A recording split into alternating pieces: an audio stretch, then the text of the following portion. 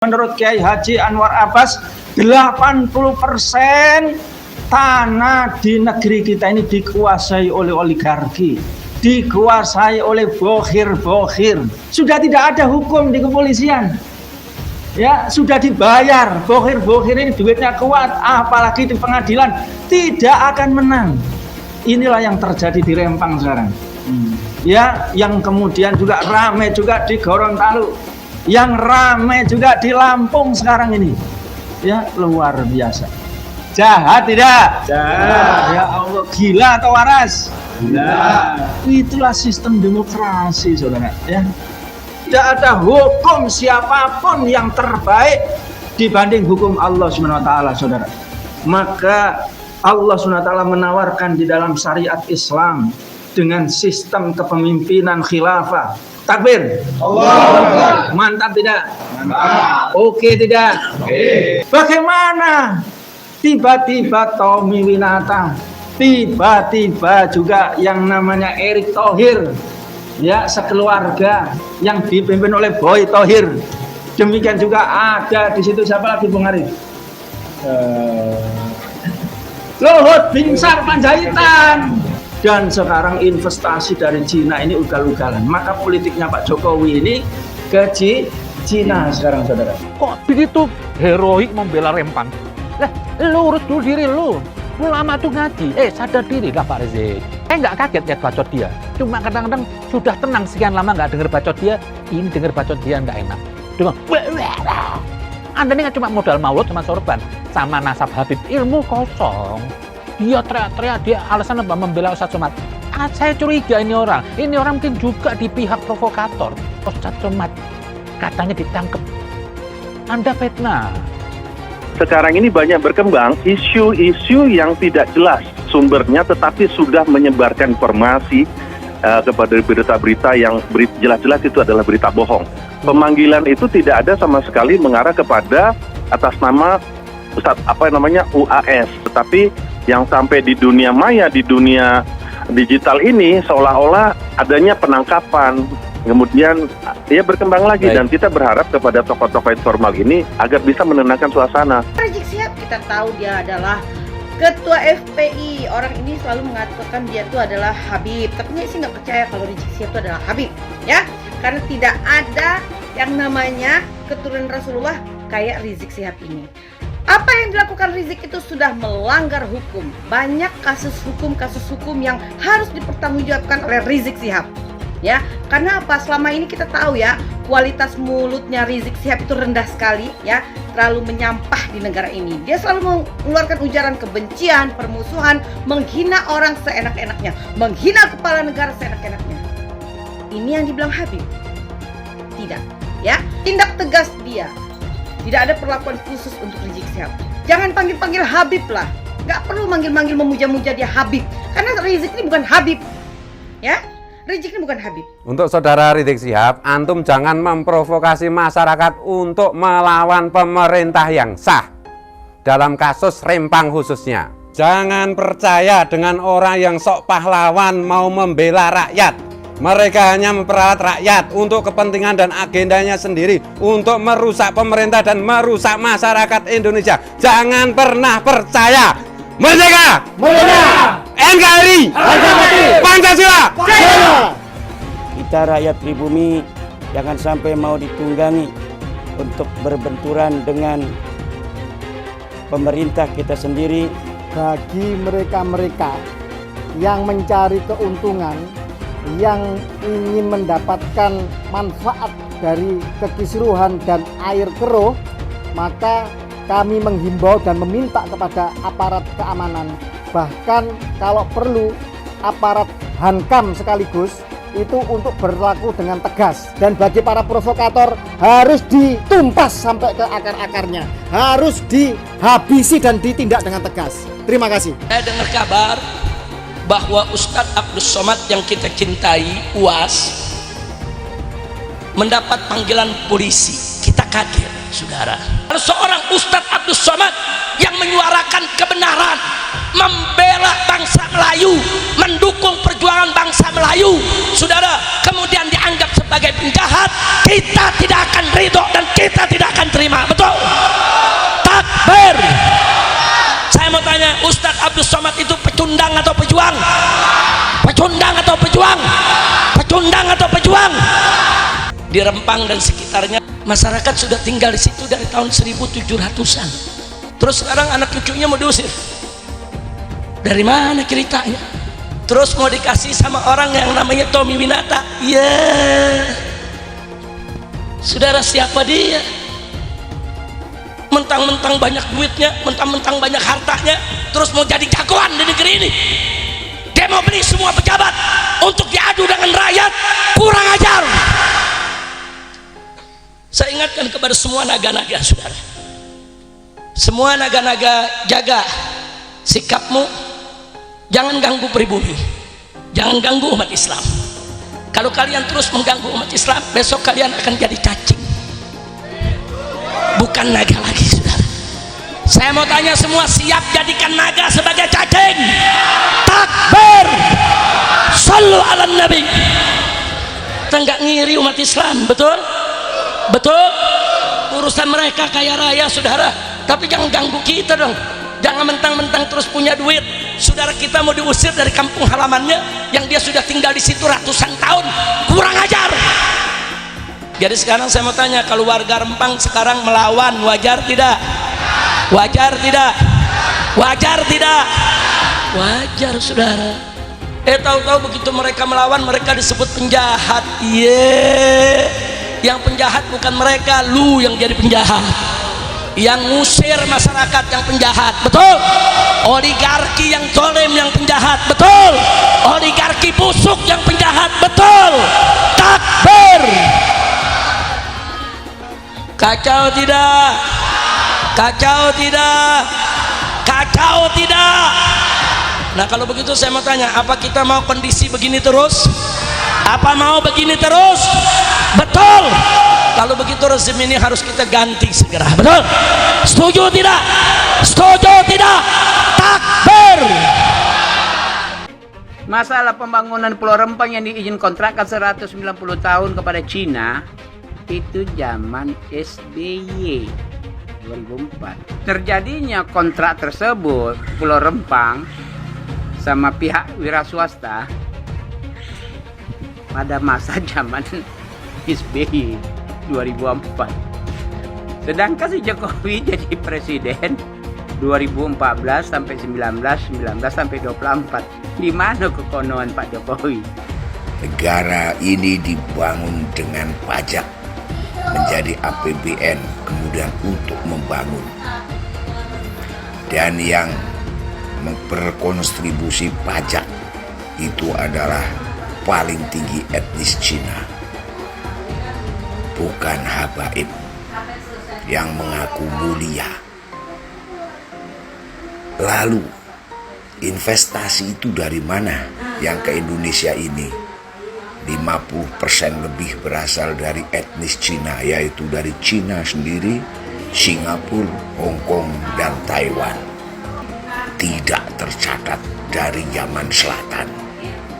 Mungkin kecil sekali atau bahkan tidak ada. Jadi, kalau ngomong mulia-mulia, itu siapa yang lebih mulia dalam berkontribusi membangun negara ini, menyediakan jutaan lapangan pekerjaan, mengasih pekerjaan kepada pribumi, pada makan, pada sekolah.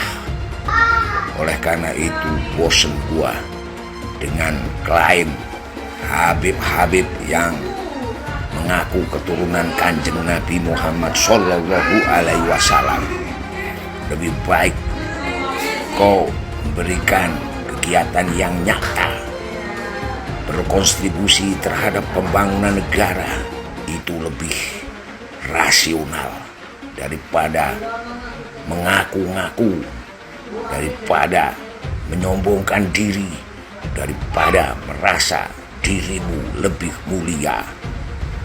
Karena kebiasaan kamu menganggap pribumi Ahwal keturunan Yaman yang sekarang ini berusaha mengajari kita untuk membenci negeri sendiri, Ibu Pertiwi ini. Janganlah mereka kita anggap sebagai saudara kita, karena mereka akan menjerumuskan kita, penduduk pribumi ini yang selalu mencintai saudara-saudara sendiri di negeri ini meskipun berbeda-beda, terutama kepada orang-orang keturunan Yaman yang selama ini saya pantau dengan kepingin menjadi penguasa dan kepingin menjadi penikmat hidup di Indonesia ini, tapi mereka berusaha mengacaukan kita.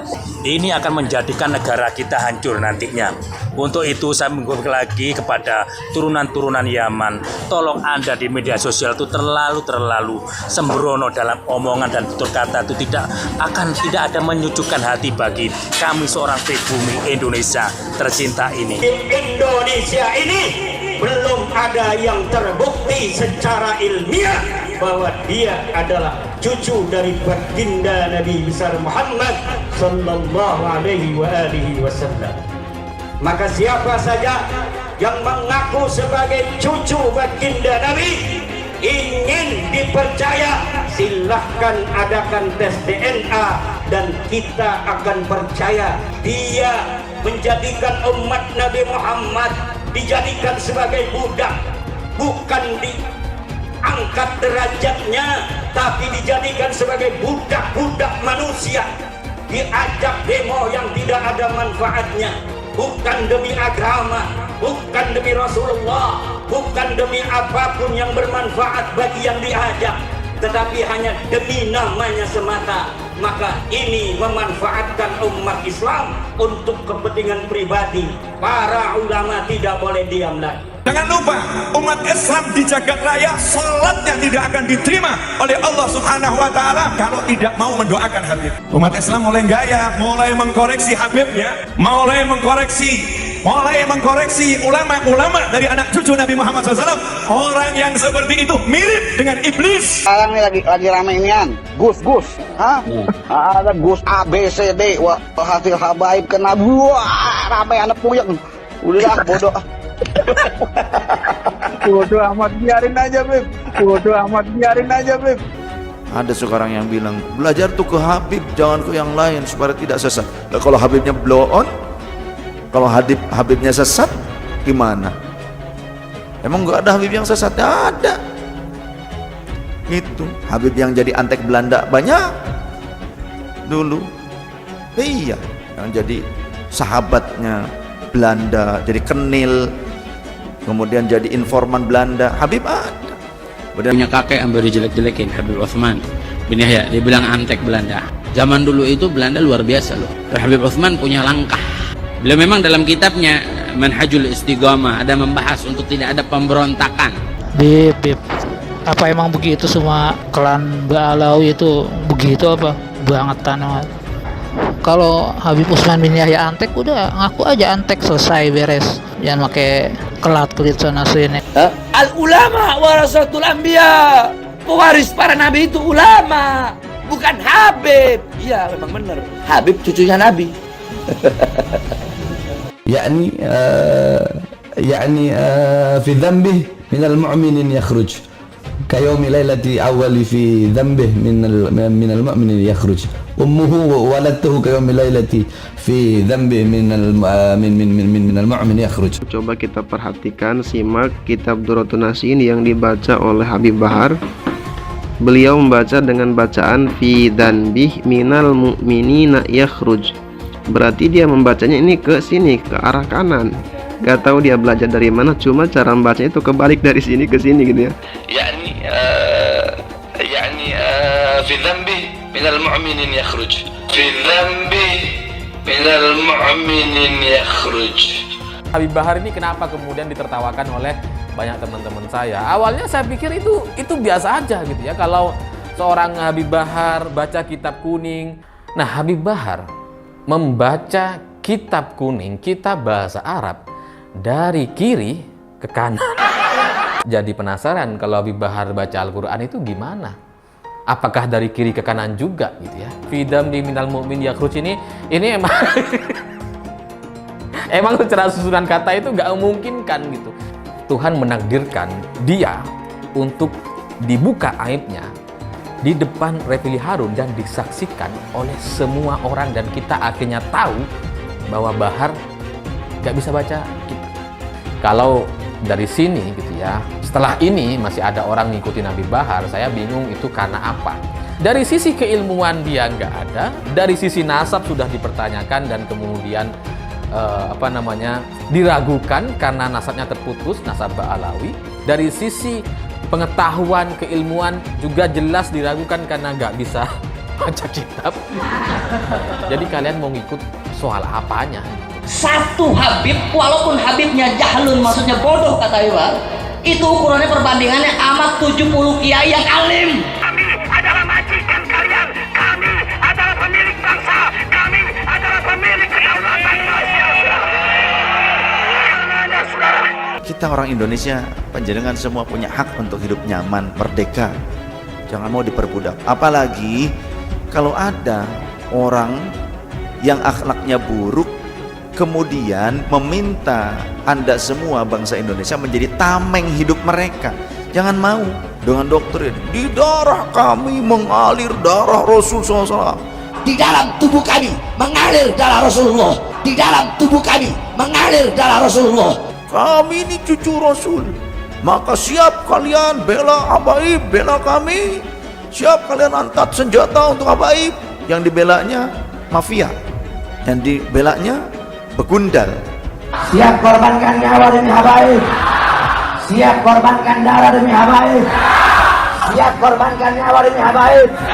Allahu Akbar. Ada orang ngajak-ngajak perang, megangin mic, teriak-teriak, siap perang, siap perang, siap. Dia perang sama siapa? Siap serbu istana. Siap serbu istana. Siap ambil alih kekuasaan. Takbir. Siap berjihad. Saya ingatkan kepada semua umat Islam, siapkan senjatamu. Siapkan senjatamu. Kalau besok ada panggilan jihad, siap berjihad. Siap berjihad. Pancasila Soekarno, ketuhanan ada di pantat. Anak Tuhan dari mana? Kalau Yesus anak Tuhan, bidangnya siapa? Besok di seluruh wilayah Indonesia kami katakan dalam. Karena di salib itu ada jin kafir. Karena di salib itu ada jin kafir. Karena di salib itu ada jin kafir. Haleluya. Kepalanya ke kiri apa ke kanan? Kepalanya ke kiri apa ke kanan? Kita percaya salib itu lambang mulia, bukan jin.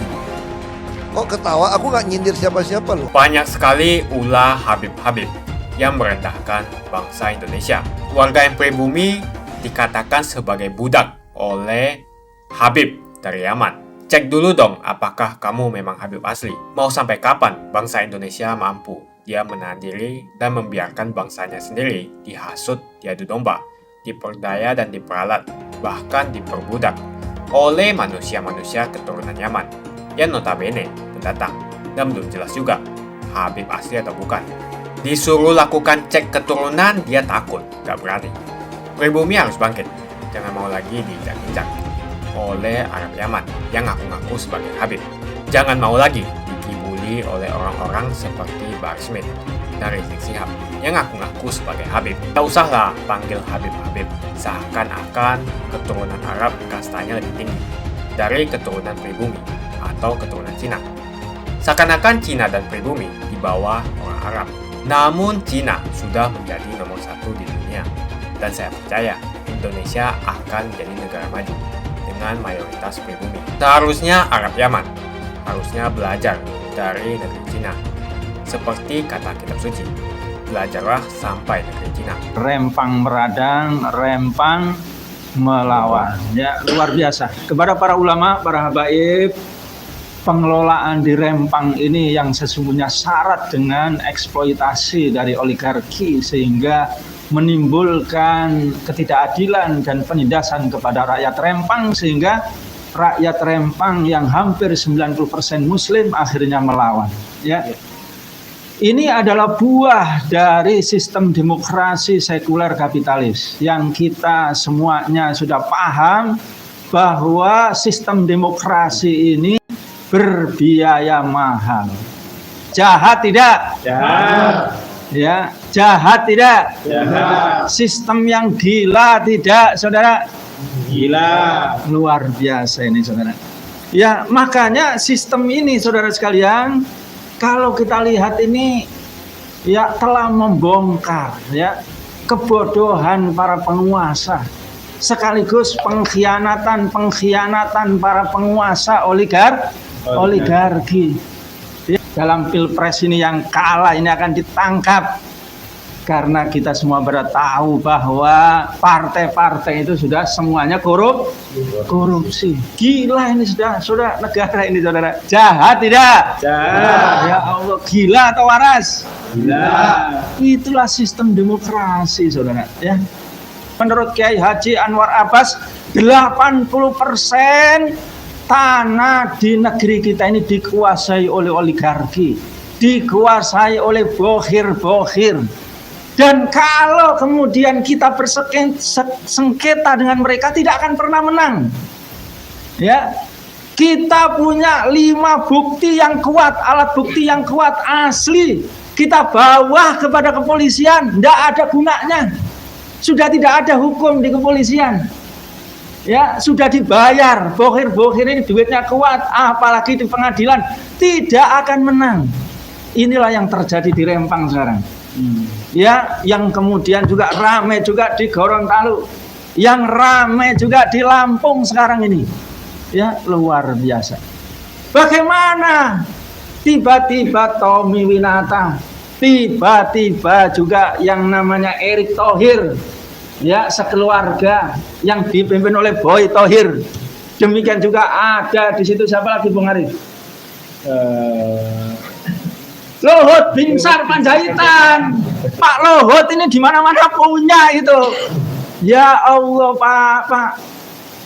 Gampang sekali diberi konsesi, bisa 20 tahun, bisa 30 tahun, bisa 80 tahun. Ya, karena dia tidak punya uang untuk mengelola, padahal ada proyek berikutnya selain membuat kaca ini adalah mengirim ya PLN tenaga surya ini, listrik tenaga surya yang 100% akan dibeli oleh Singapura. Ya, Luhut tidak punya uang, Erick Thohir tidak punya uang, gandenglah Sinji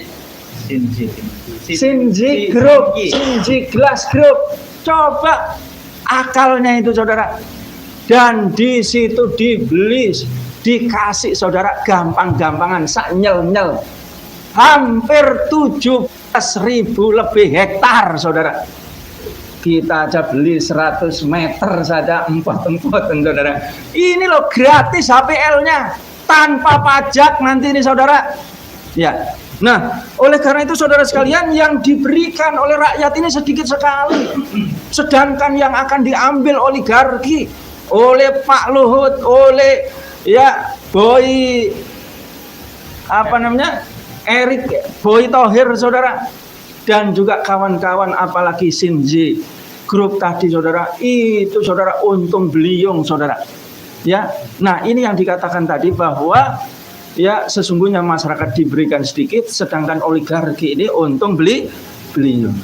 Oleh karena itu, saudara sekalian, kita ini membutuhkan sistem sekarang ini, ya, sistem yang betul-betul menjamin kesejahteraan rakyat. Sistem yang kemudian berpihak kepada rakyat, berpihak kepada penguasa, saudara sekalian. Maka Allah SWT menawarkan di dalam syariat Islam dengan sistem kepemimpinan khilafah atau Amirul Mukminin atau Imamul A'dham. Tidak ada hukum siapapun yang terbaik dibanding hukum Allah SWT, saudara. Jadi kelebihan dari sistem Islam, ya, kelebihan dari syariat Islam, kelebihan dari sistem pidana dan perdata Islam, saudara, yang pertama ini adalah hukum berasal dari Allah yang terbaik dan bersifat tetap. Takbir. Allah. Yang kedua, saudara, sifat dari hukum ini, pidana ini bersifat mewujudkan efek jerah sehingga tidak ada yang bermain-main. Yang ketiga keunggulannya saudara, ya, hukum pidana Islam itu cepat dan murah saudara.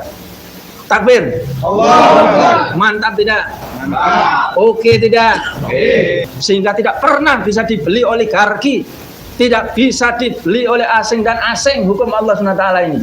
Tidak bisa dibeli juga oleh orang-orang yang berkhianat dan jahat kepada rakyat saudara sekalian. Maka ketika hukum ini diterapkan saudara sekalian, hukum Islam bersifat tetap. Saudara, orang minum minuman khamr haram atau tidak? Haram. Ya, orang mencuri haram tidak? Haram. Orang berzina haram tidak? Haram. Ya, dari 80% tanah-tanah yang ada di negeri ini saudara, yang dikuasai oleh bohir-bohir itu saudara, yang dikuasai oleh oligarki, yang dikuasai oleh mafia-mafia, langsung diambil oleh negara saudara, karena semuanya itu bermasalah saudara. Ya, gampang tidak? Cepat tidak? Nah itu saudara, gampang Pak Jokowi. Ya, dan kalau sudah diambil saudara sekalian, ya, makanya ini juga dilakukan di dalam sistem Islam. Dan sekarang investasi dari Cina ini ugal-ugalan. Maka politiknya Pak Jokowi ini ke Cina sekarang saudara, ke sosialis saudara. Ya, sistem ekonominya kapitalis liberal, watak kepemimpinannya otoriter bengis ala komunis.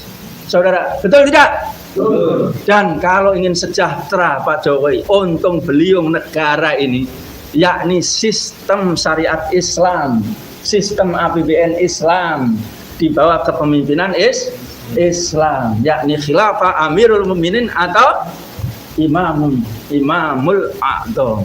Sebelum kita membahas tentang Bahar Smith, Rizik Syihab, dan Abdul Somad, terima kasih banyak buat kalian yang sudah like dan subscribe. Saya mau tanya, sebutkan apa sih yang membuat kalian senang dengan mereka? Apa sih kelebihan mereka? Apakah kalian senang dengan hujatan-hujatan mereka? Tuliskan opini kalian di kolom komentar. Banyak sekali ulah Habib-Habib yang merendahkan bangsa Indonesia. Apalagi ada Habib-Habib lain yang menghina pribumi.